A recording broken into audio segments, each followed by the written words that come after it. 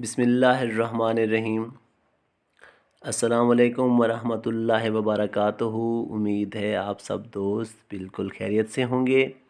अगर आपने मेरा यूट्यूब चैनल अभी तक सब्सक्राइब नहीं किया तो सब्सक्राइब कर लें ताकि हर नई आने वाली वीडियो आपको मिल सके।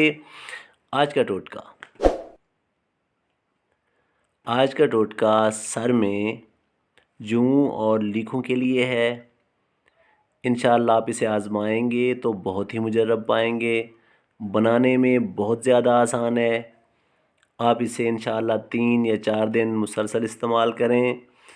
इससे सर की जुएँ और लीखें बिल्कुल ख़त्म हो जाएंगी। अज्जा इसकी नोट फरमा लें आपको इसके लिए चाहिए काफूर और तेल सरसों। इसको बनाने का तरीका बहुत ही आसान है। आपने थोड़ा सा काफूर लेकर उसे बारीक पीस लेना है और इसके बाद इस काफूर को आपने सरसों के तेल में अच्छी तरह से मिक्स कर लेना है और इसको इस्तेमाल का तरीका, आपने इस तेल को रोज़ाना सर में अच्छी तरह से बालों में लगाना है ताकि ये अंदर सर में जज़्ब हो जाए।